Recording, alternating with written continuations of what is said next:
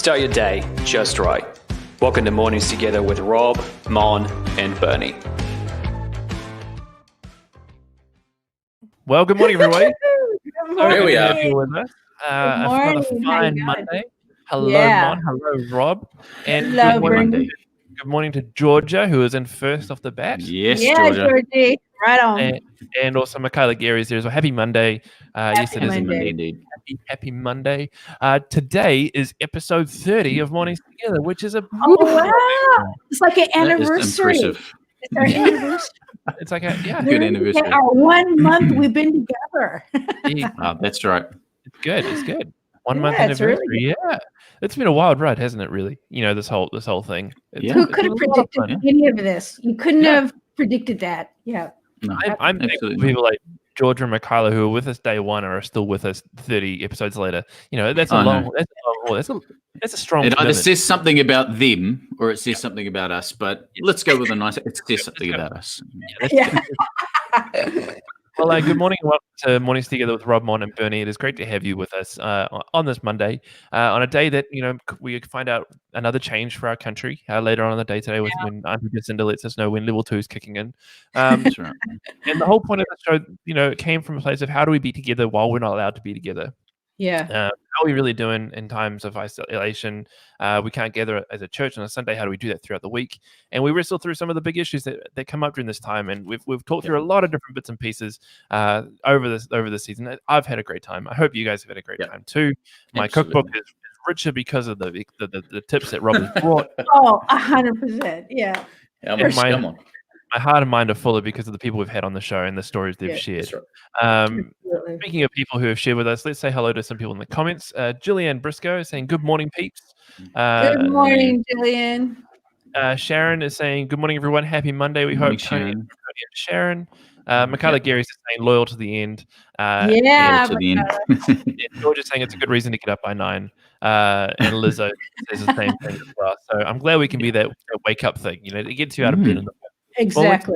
I'm saying that some of you are watching from bed. I know some of you guys are still. And we're all going to have to readjust those routines. I mean, we actually got our kids up this morning and got them to make their lunch like they were going to go to school. Yeah. So in a week's time, they're ready. It's all on. Exactly. So, I know some people who are watching this have taken that home office to a whole new level where it's home office means the laptop and papers are spread around them in the bed somewhere. In the bed. Or they've taken over the dining room table like I have. Yeah. I find it funny as well. We're going to be going back to a situation shortly where we're going to go into meetings and it no longer will there be a pants option with that, No pants, no slippers. Come on. Some people, they've been able to get away with a lot dressed. of these Zoom calls over the last little while. You actually have to get dressed. You actually have to show up a place. Yeah. Oh boy. Hop in a car and go to work. Wow. Yeah, exactly. We did a little bit of an excursion yesterday for Mother's Day to get my wife some sushi from Bethlehem because it was part of her Mother's Day treat. And so just doing that drive again, I'm like, I've loved the daily commute where it's been going from upstairs to my downstairs kitchen. Like, that's been a good commute. Having to get in the car and drive across town is going to be a bit of a more different experience. It feels like an actual excursion. Yeah, like we're going on a field trip. We're going to the mount. Rob, don't worry. Executive Pass has just confirmed that we can still wear slippers at work. So there you go. Oh, come on. There we go. Slippers at work. I'm down with it. Slippers okay. Crocs not okay. I think should be the ruling on that. Yeah, togs, undies. Yeah. Been in New Zealand way too long, man. Where's the cutoff? I know, right? If you take away anything from this morning, when we get to level 2, please wear pants in meetings and slippers are okay. Those are the two big things we want you to take away from this. Well, let's talk about yesterday, shall we? So yesterday, of course, was Mother's Day. So I want to hear from you guys. How was your weekend? How was Mother's Day?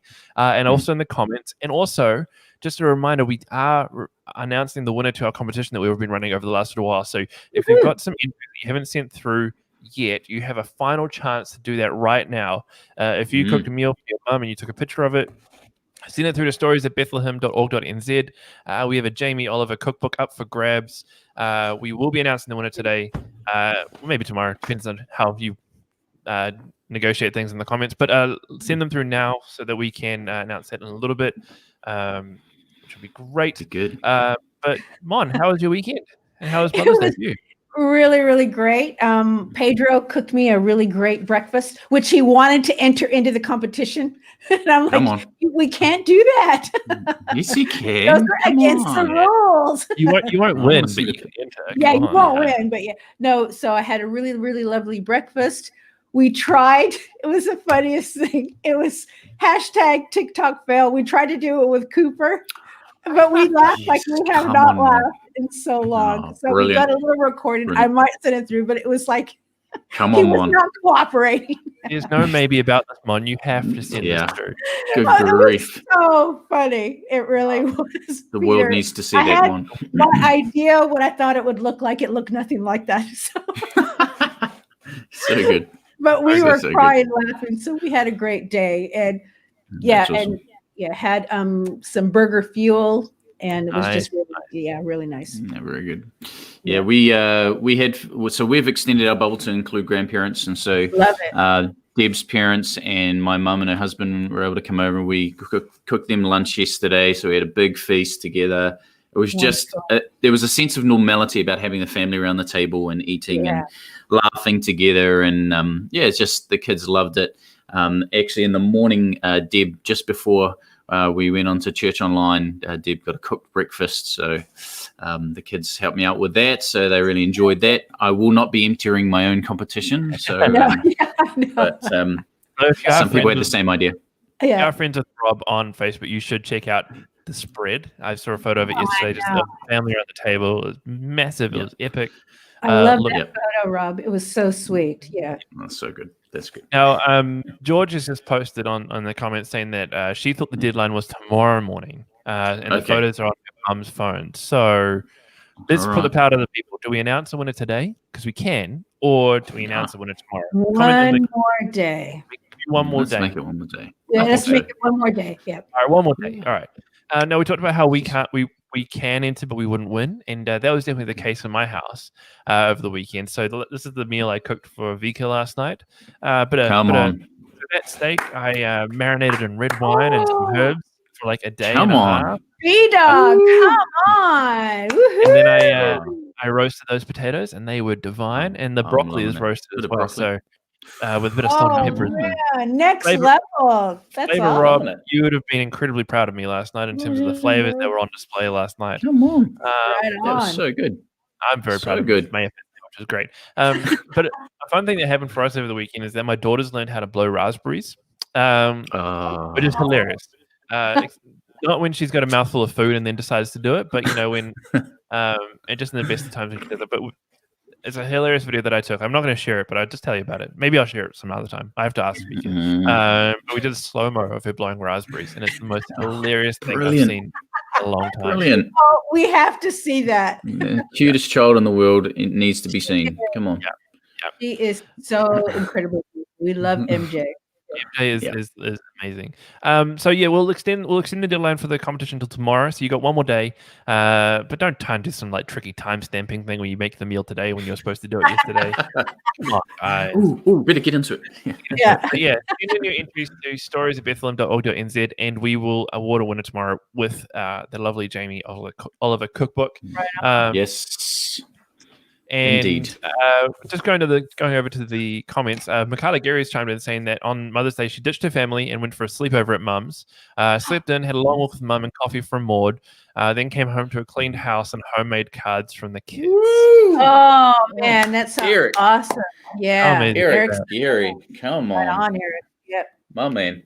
That's impressive. That is really good. Really impressive. So, to all your mums out there, feel free to share your experiences from Mother's Day in the comment section below. It would be great to hear how your Mother's Day was. Just a big shout out to all our mums out there. We're in very uncertain and weird times.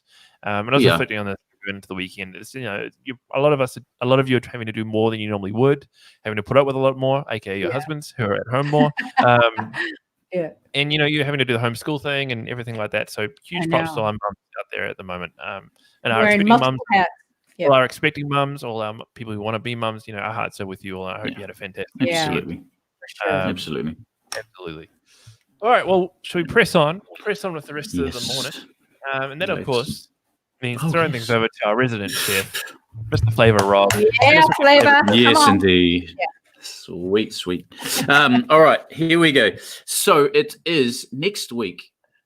People are allowed to go duck shooting. Imagine it, duck shooting. I know Brian Kirby is Mr. Duck Shooting Extraordinaire. It's a family thing for him. I know that we've got the Hendersons that are totally into this, but duck is a delicious meat. And if you can't get it from someone who's, well, I don't know how many ducks they shoot, but let's hope they shoot some. But if you can't get good duck from someone, they are available from your local butcher. But I just love crispy duck. Duck confit, Asian crispy duck, and then you make Monica your soft tacos with a nice little bit of slaw in there and a bit of sauce and a bit of chili. Crispy duck is just amazing. So it's duck two ways today. All right. So duck confit. Duck confit is just one of those things that people look. See, Brian just said, "Yep." So duck confit is one of those slow roasted elements that just. It's served in some of the finest restaurants around the world, but essentially it is just a duck leg, the back leg. You can put breast in there, but it does get a little bit dry. Skin on, fat on. Okay, don't take that stuff off. All right, all you health freaks out there, leave it on. All right, that was a previous tip from you, Rob, wasn't it? Leave the skin. That's right. Leave the skin on. But also having the bones in the meat give it extra flavor as well. So you want to sprinkle that duck. First of all, you can use either a toothpick or a pin, and you want to prick all that skin. All right, make lots of holes in it, maybe some little cuts in it. And then you want to sprinkle some 5 spice over it. Okay, Chinese 5 spice, that stuff that's sitting in the back of your cupboard that you bought thinking you'll use it, you never have. Get it out, sprinkle on there, salt and pepper. All right. You want to leave it until it gets to room temperature. All right, don't put frozen food in or very, very cold food. You need it at room temperature. You put it in just a normal ceramic dish, and you put it in the oven at about 150 degrees, and you want it to sit in there and just cook away for about 2 hours. And then the meat will just be falling apart. The fat will render out. Skin will keep it nice and moist. And you just want to spoon off that fat that comes off for your potatoes later, like Bernie did last night. It's just duck fat. Just put it over there. Okay, once it's rendered down, then you want to put it back into a hot oven again and just crispy up that skin on top. Now, the great thing about that is that duck can sit in a container and be on your soft tacos. It can go in your salad. You can go in pasta. It can do everything. And it's just marvelous. The flavor is just amazing. So if you want a crispy Asian duck recipe, you do the same thing. Cook it for a little while, but you put it skin side down just to get that skin nice and crispy.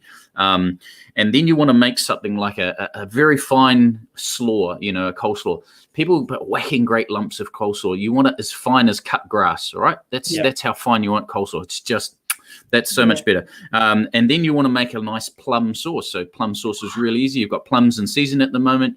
Take the pip out, put them in, put some soy sauce, some orange zest, a few tablespoons of sugar, some more 5 spice, a little bit of water to cover it, some chili.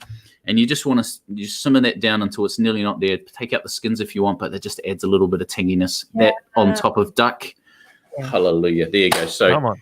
Crispy duck, confit duck, and a bit of plum sauce. You're going to have a happy weekend. So good. Duck is delicious. So good. Yeah. Duck is so good. Flavor Rob, you've done it again. Oh, Graham Randall's just chimed in, actually. He said that they had roasted duck breast with spiced plums for dinner last night. Oh, boy. There we go. He's reading his mind. There you go. That man can cook. There you go. That's we're going to have to get Graham on at some point for some good. I'll say. Yeah. Wow. And we have to do like a special episode cooking show where it's like Rob, little Luca that Colin talked about on Friday, and then Graham Randall, and they just have a massive cook-off. I think it would be fantastic.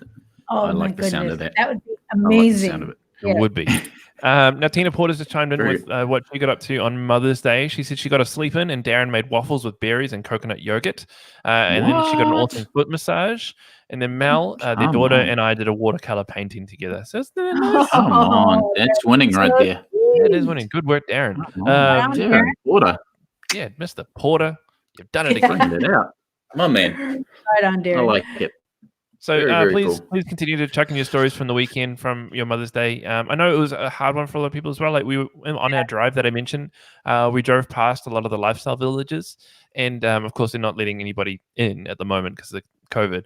But hope I don't get anybody in trouble for saying this, but I did see a number of people meeting over fences. So the resident would come to the fence line and the family would be on the other side, and over a fence they would see each other face to face or over a gate and stuff like that, which I thought was rather beautiful. And again, on my drive, I saw people standing at the end of a driveway saying hello to family at the doorways and things like that. So I'm realizing that it was a hard day for a lot of us, and but I hope you had a lovely Mother's Day regardless of things. Absolutely. Yeah, very cool.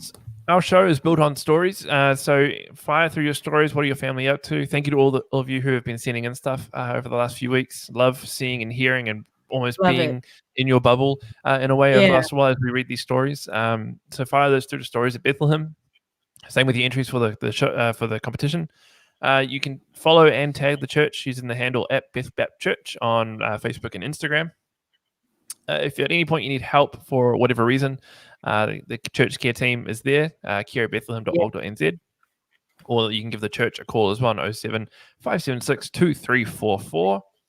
If you have any prayer requests, so you can do these online or email prayer@Bethlehem, but you can also use your phone to text your prayer request through. So using the keyword BBC prayer, setting it to 4040, and the team will receive those as well. We have a Spotify account, and the team are updating playlists and things like that, so you can follow Bethlehem Baptist Music there for some worship tunes and stuff over the next little while. And finally, this morning, speaking of Spotify, once we're all done with the recordings and things like this in the morning, we mix it down and put it out in audio format on Spotify and Apple Podcasts. So search Mornings Together on Apple Podcasts and Spotify, and you can listen back to the previous 29 episodes as well as today's 30th episode. Catch up on all those cooking tips from Rob. Thank you to all those who are listening later on the day. I know some of us can't join us live, so it's great to be able to still connect with you even though you're not here with us live right now. So hello to all those listening audibly later on in the day. That's right. But that's all the housekeeping stuff. So I'm going to pass things over to Rob, who's going to introduce our guest for the day. Yeah. Well, we're very blessed today to have a very good friend of mine, Mr. Luke Morgan, and his daughter Jordan with us today. Luke and Marietta have 3 adult children. Jordan's with us, but he has 2 boys as well, James and Levi, as well as his mokopuna and their spouses living at home with them at the moment. Awesome. Luke serves on our Baptist Assembly Council. He's been in ministry with the Baptist movement for over 20 years. I got to know him 20 years ago as a youth pastor. We youth pastor together in Wellington. He's also something unique about their whānau is they whakapapa back to the Ihu Mātau. If you remember Ihu Mātau in the news last year, he's been invited to actively serve them as a community, and he's having some pretty awesome opportunities to bring the gospel and the love of Jesus within that community. So really warm welcome to Luke Morgan and Jordan. Oh my God. Yeah. We're salivating over the food issues. Come on. We're going to do the duck. Yeah. The duck. That's this evening's meal. That's right. It is so good to have you guys. It is one of these things we've had to learn how to do when Flavor Rob is sharing his flavor tips, how to not drool so much on camera. That's such a way of describing food. It's like, I'm with you, man. This is so good. So most of food is about passion. If you look at Jamie Oliver, you look at any of those guys, it's just that they're so passionate about food. Otherwise, food would just be boring. It's just and were you aware that every food. Good worship leader is a very good chef? Yeah. I believe that. Luke. Yes. That too. Yeah. Is that true, Jordan? That was a good response. Honor thy father. Hey, it's so good to have you guys, and we've invited you on because I know that your situation is quite unique at the moment. You guys are obviously together. You've got some opportunities in the win that you have been. I've been watching you guys online. So first of all, tell us a little bit about your bubble. Who's in your bubble, where you are, a little bit of your background. That'd be awesome. Yeah. So there's 7 adults, 1 child. We had decided a year ago that we all felt like we needed to live together. It was just fart. Excuse me. It has begun already. We felt it was part of what God was doing with us for the way ahead, and so we moved a year ago to the house that we were not knowing what was about to unfold in any way. And so once lockdown hit, here we all were together. And so it's been outstanding for us. So we've eaten, is it a word? We've eaten a lot. We've had to do what we call kore tinana, which is the physical exercise. And so because we've got some kind of pro people for that, they're dragging the oldies. I'm not one of them, but you know. What else are we doing? No, we're doing lots of things together. I think we've always enjoyed each other's and can handle each other's company. That's really important. Big times. So we've always kind of known how to live together, fight together well, and then kind of make up together. But resolve together. But being in one space has been an amazing journey, and probably close to a year now, where we've all been in the same house. So it's really actually been a blessing and a privilege to have gone into lockdown and having been in this space. We start at 7 each morning with karakia, and that's just been a saving grace to us. And just by doing that every morning, because we all know the importance of praying together and those dynamics, we've all done it for years. But I think that kind of gave us a very special component to begin our days of lockdown with the uncertainty, measures of fear, and all those dynamics by just praying together as a family. So there's been a discipline, but we've felt the reward of that, like big time. Totally. Now, bro, you guys have you have a unique situation too, where you've been involved in ministry in churches for a long time, but you've currently sort of stepped into a more of a whānau missionary pastoral role to a number of communities. Can you tell us a little bit about what you're up to as a family, but also individually? So we were at Franklin Baptist Church in Pukekohe. I was on the pastoral staff for 8 years. My family were very involved with ministry every single week, serving, and we loved it. We felt a shifting happening internally, began to offer that to God to find out what it was. And in the end, we knew that our season at Franklin had finished and that we had no definitions for the way ahead other than to move location and to be in the same house together, which was very scary because we're losing a stipend. And kind of stepping out, knowing that there was a missional component in there for us, but having nothing tangible to be able to go, so we're going to this. I think our church thought we were insane. I would think we were insane too. So we processed it over quite a number of months. And then just under a year ago, we had our final service, which was really sad, with our church family. But with this hope and awareness that God was leading us and we needed to trust him for that. So we came here, and 3 weeks after we got into our new suburb in Auckland, kind of going, and now what? Well, we had one Sunday off, so it was really nice actually. The Sunday after we'd had our last service, we went out for brunch. And we thought, what do people do on a Sunday that don't do brunch? And it was the most wonderful brunch, and it was the only one we got, because then the very next week a land occupation opened up at Ihu Matau, and my grandfather grew up many, many years ago in the early 1900s at Ihu Matau. So we had connections there. We'd been doing a journey, particularly Jordan, but with the crowd at Ihu Matau, with their desire to be able to retain the last portion of land that they could get and not have Fletchers take it. They wanted to do anything and everything. So all of a sudden, everything changed with that. And on the first day, the girl leading the movement spoke to Jordan, who went there. There were hundreds of police, hundreds of people that had come onto site all of a sudden because the trespass notice had been served. It was nothing but chaotic. And the leader of that movement said to Jordan, would you please ask your father to come and to pray for us, because we need God for this moment. And I've never heard such an invitation from a Māori activist fighting for the protection of their whenua and all that evoked. And I didn't feel, this will sound terrible, but I didn't feel like I had the right to respond immediately without really asking God, what do I do?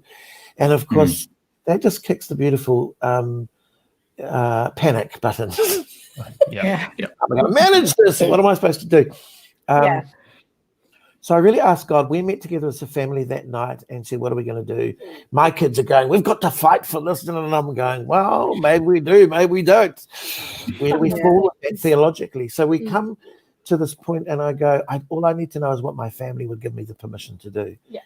So I went to my elders at Ihu Mata and said, what do you want to tell me? Because in the narrative at the time, in the media especially, it was that this was some young upstarts doing something that had nothing to do with the will or intent of our kaumātua and kuia, our elders. So I went to one of our elders and I said, what do you want me to do? And they go, we want you to fight with us. And immediately I felt like God, that was God's permission. Totally open the doors. This is midweek. Sunday hits. Same girl asks Matt Renata, who is studying at Carey and very much a part of our group, said, we want you to take 12 hours of a service. I'm going, we're Baptists. We don't do 12 hours. 7 in the morning till 7 at night. So this door is opening and we're freaking out.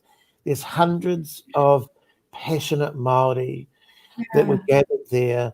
And because it was right at the beginning, they came from all over our country and we're given 12 hours of a responsibility to give leadership, to invite them to pray. And our songs of worship. And honestly, it was the most uncomfortable experience that I've ever had in ministry in my entire life. We felt so out of depth. It was so different to leading worship anywhere that we've ever done before. And because it was in the face of Māori who were so passionate about our history, and unfortunately their experience not about Christianity. With Christianity hasn't necessarily been a great one. And so it was very confronting, rightfully so, but to have to navigate that in the face of those people while still wanting to serve them and serve what was happening spiritually in the atmosphere was it was a huge space to be. So we saw the miracles of God unfold. Beyond that day, they asked us every Sunday, can you do 12? Every Sunday, can you do this? Because at the end of that 12 hours, we went to Denny's to process, to cry and eat, and to have comfort foods. We thought to ourselves, may that never happen to us ever again. And it happened every Sunday. And then every Sunday since until lockdown, we have had the ongoing invitation, would you come and lead what they call whakamoemiti? Would you come and lead the service where we pray, sing waiata and himene? And God has let something evolve in that context where we don't have that same discomfort.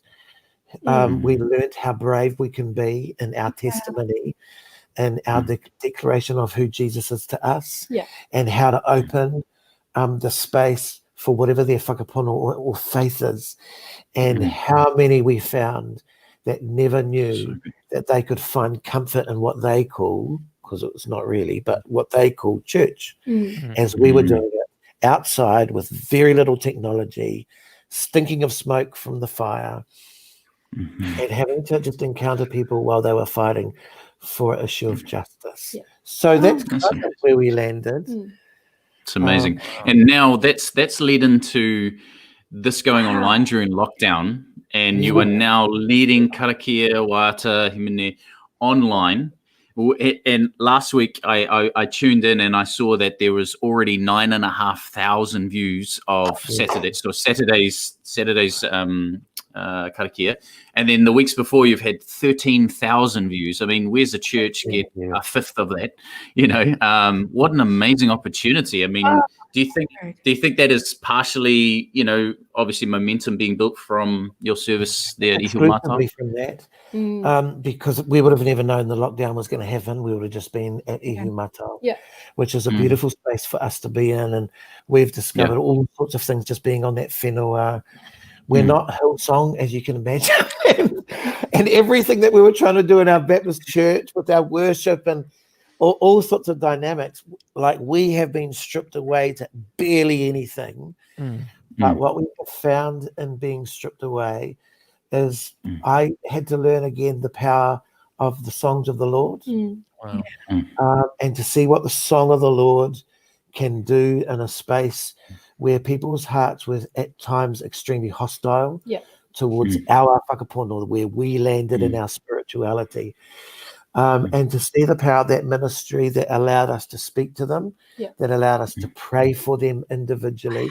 As a result of that, one of the people who were instrumental in the leadership on the whenua amongst the kaitiaki, which is the protector crowd, who comes from a very significant activist background and family. Something had happened in her that connected us relationally. So going from very polarized apart. She hated us. Intention and the message of wondering what are you all doing out, that sort of thing. But it shifted, and she became instrumental in asking us, would we do karakia online during this period? And so we, of course, chose not to answer. Because how are we going to do that? We didn't know how to make a computer work properly, and these. And so we were very reticent. You need a Bernie. In responding, she provoked because what she does. She's a provoker, and asked and asked, and in the end we go, okay, we'll do it. And we just thought, how are we going to do this? We set up our iPhone.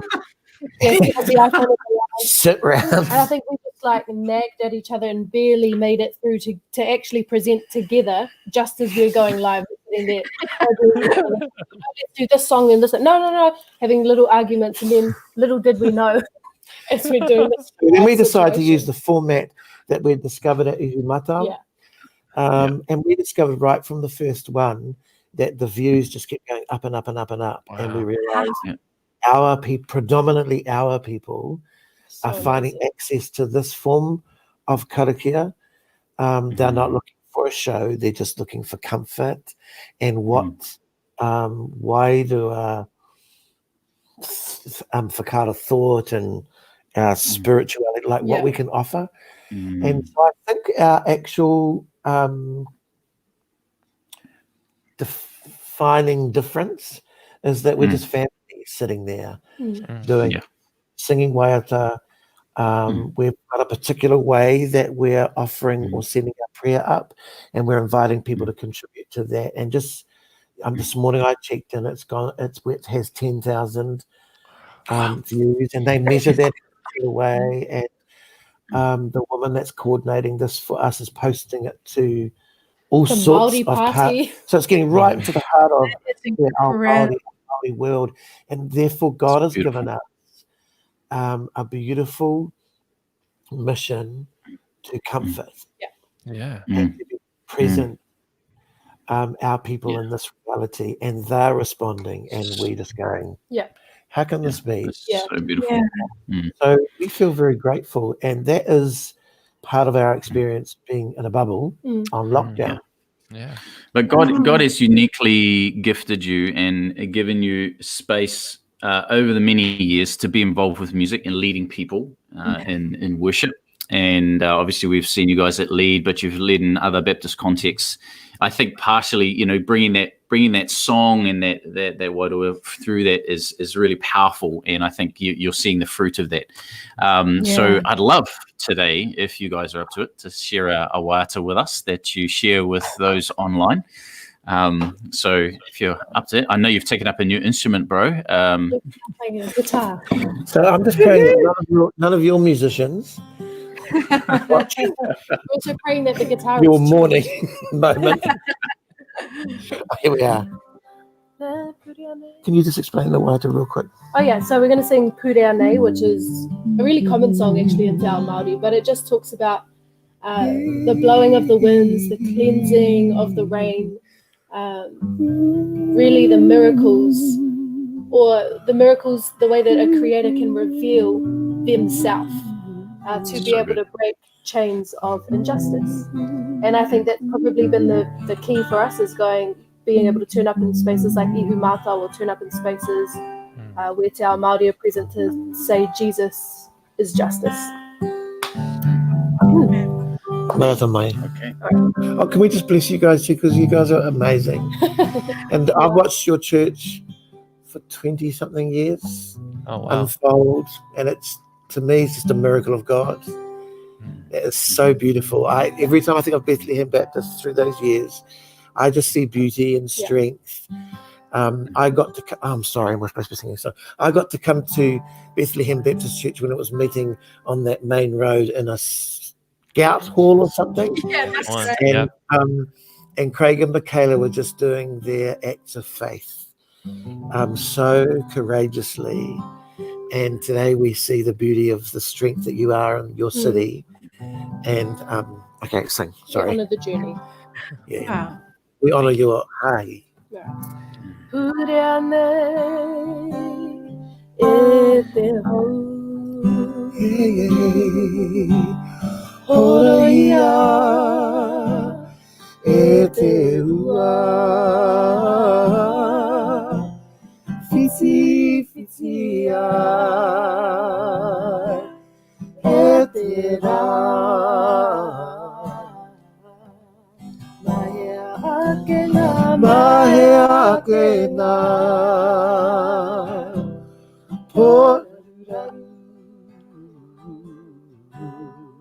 Can you put effect on this in the end?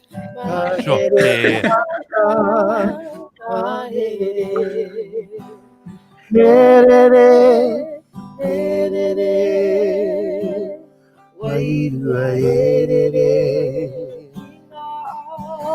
King o te rangi Fiti ai e te rā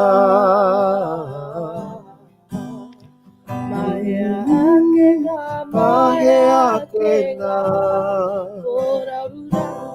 Poraruraru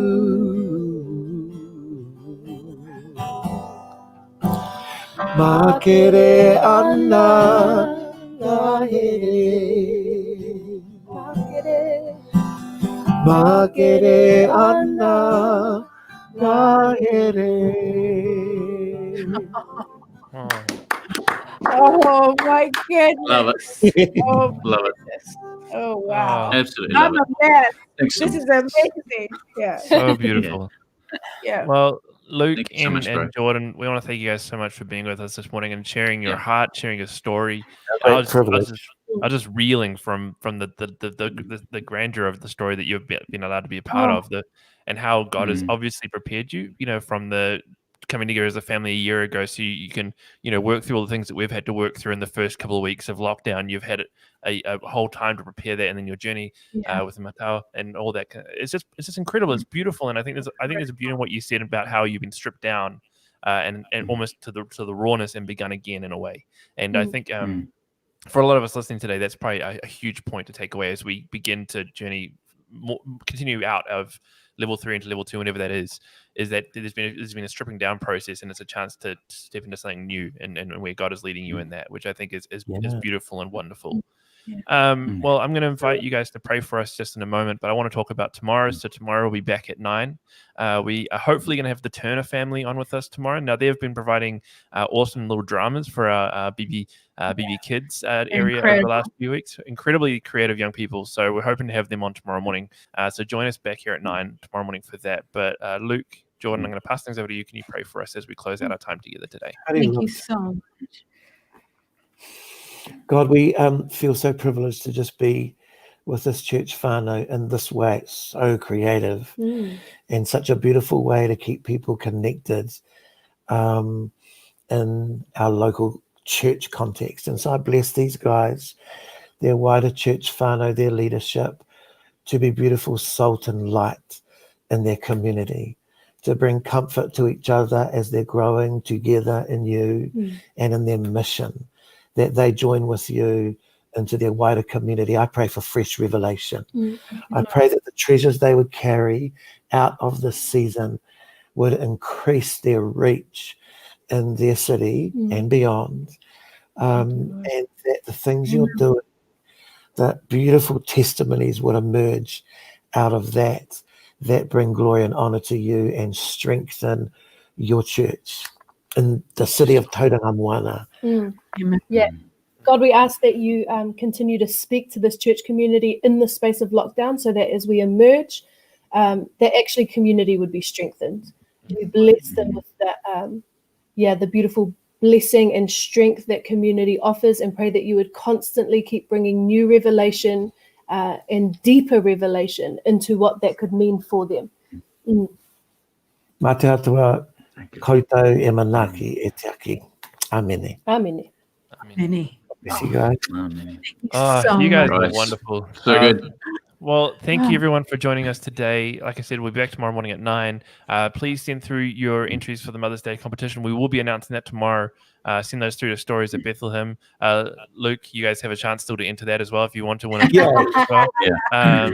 So fire those through, and we'll announce the winner tomorrow. But thank you for being with us today, and we will catch you all tomorrow. Have a wonderful Monday, and we'll see you tomorrow. Catch ya. Bye-bye. Whoa.